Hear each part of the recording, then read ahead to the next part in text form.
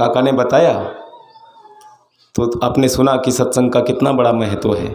वैसे ही जब गुरु सामने हो तो गुरु जो कहे वो करो, जो करे वो नहीं, जो कहे वो करो, वही सेवा होगी और आपका जीवन सफल हो जाएगा। गुरु सामने ना हो, गुरु सामने ना हो तो साध जो कहे वो करो, उसके अलावा अपना मन का कुछ ना करो। अगर साध की बात मान ली तो भी आपका जीवन सफल हो जाएगा। मर्यादा का कभी उल्लंघन नहीं होना चाहिए। गुरु महाराज कहते थे कि ये हमारे भारत की भूमि जो है ये महान आत्माओं की विभूतियों की भूमि है।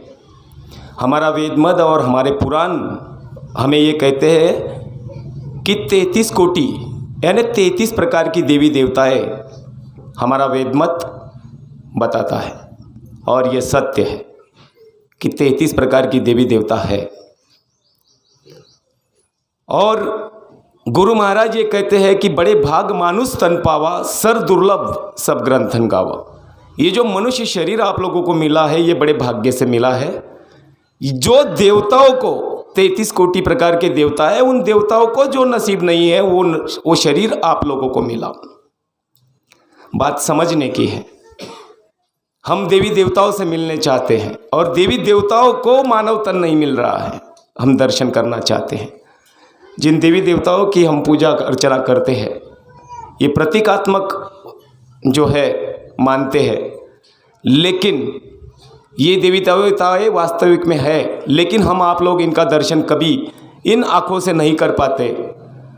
उनका स्वरूप इतना तेजस्वी और इतना विराट है, तो उसको देखने के लिए अंदर की आँख होती है और वो अंदर की आँख ऐसे संत और महापुरुष जीवात्माओं को देते हैं। जब वो आँख हम आप लोगों को मिलती है तब सच्चा दर्शन उन देवी देवताओं को हम आप लोग सब कर सकते हैं जो मंदिरों में विराजमान हैं। यहाँ पर पुतले हैं लेकिन वो वास्तव में सत्य है।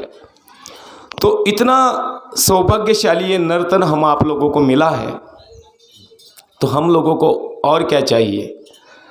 तो समय समय पर ऐसे गुरु आते हैं, नाम का दान दे देते हैं, लोगों को, प्रेमियों को सेवा बता देते हैं कि ये सेवा करो, इस तरीके से आप साधना करो, आप ये करो वो करो और अपने मानव तन को सफल बना लो। मनुष्य जीवन जब उसकी ओर से हम आप लोगों को मिलता है तो दो पहलू मनुष्य जीवन के बहुत अहमियत रखते हैं। एक पहलू है संसार का और दूसरा पहलू है अध्यात्म का। दोनों पहलू, अगर दोनों पहलू में से किसी एक पहलू को आप छोड़ देते हो, बाबा जी के लफ्जों में बताता हूँ कि अगर आप संसार छोड़ देते हो, लंगोट लगा करके जंगल में चले जाते हो, तो बाबा जी ने कहा कलयुग में चाहे वो जंगलों में रह के हजारों वर्ष की तपस्या कर ले, उसको परमात्मा का दर्शन और दीदार नहीं होगा। लेकिन घर में रह करके, अब ये संसार का पहलू आ रहा है, घर में रह करके अपने बाल बच्चों की सेवा कर करके और मेहनत ईमानदारी से अपने जीवन को बसर करके, अपने बाल बच्चों का भरण पोषण करके, उनकी सेवा करके, ऐसे महापुरुष के बताए रास्ते पर चल के मानव जीवन को सफल किया जा सकता है। लेकिन हम आप लोग किसी एक पहलू में उलझ करके जीवन को नष्ट कर देते हैं। आप लोगों को संसार मिला है तो संसार उतना ही करना चाहिए जितने के लिए आप निमित्त मात्र हो। आपने बच्चे पैदा किए हैं तो उनका निमित्त, आपने उनको जन्म दिया है तो आपका कर्तव्य है कि उनका भरण पोषण करें, उनकी अच्छी सी पढ़ाई करें, उनके जो भौतिक को उनको लगना चाहिए उनकी सहायता हर पिता करने का पूरा प्रयास करता है। वहाँ तक कीजिए। एक बार वो उनके विषय में सफल हो गए, फिर उनके बच्चों के बारे में आप ना सोचें।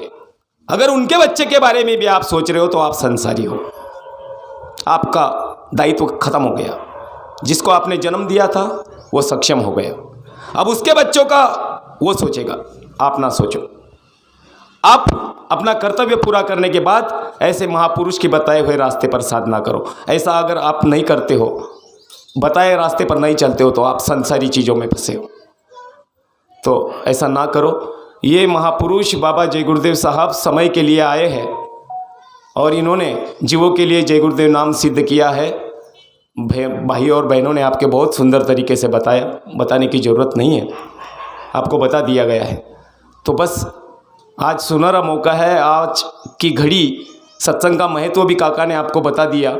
सत्संग में भी आप आ चुके हो, तो आ गए हो महापुरुष के दायरे में, तो बस शाकाहारी रहना, किसी भी जीव की हत्या ना करना, बुद्धिनाशक नशा न करना, और रोज़ अगर आप संकल्प ले लेते हो तो सुबह शाम एक जय गुरुदेव नाम की माला फेरना।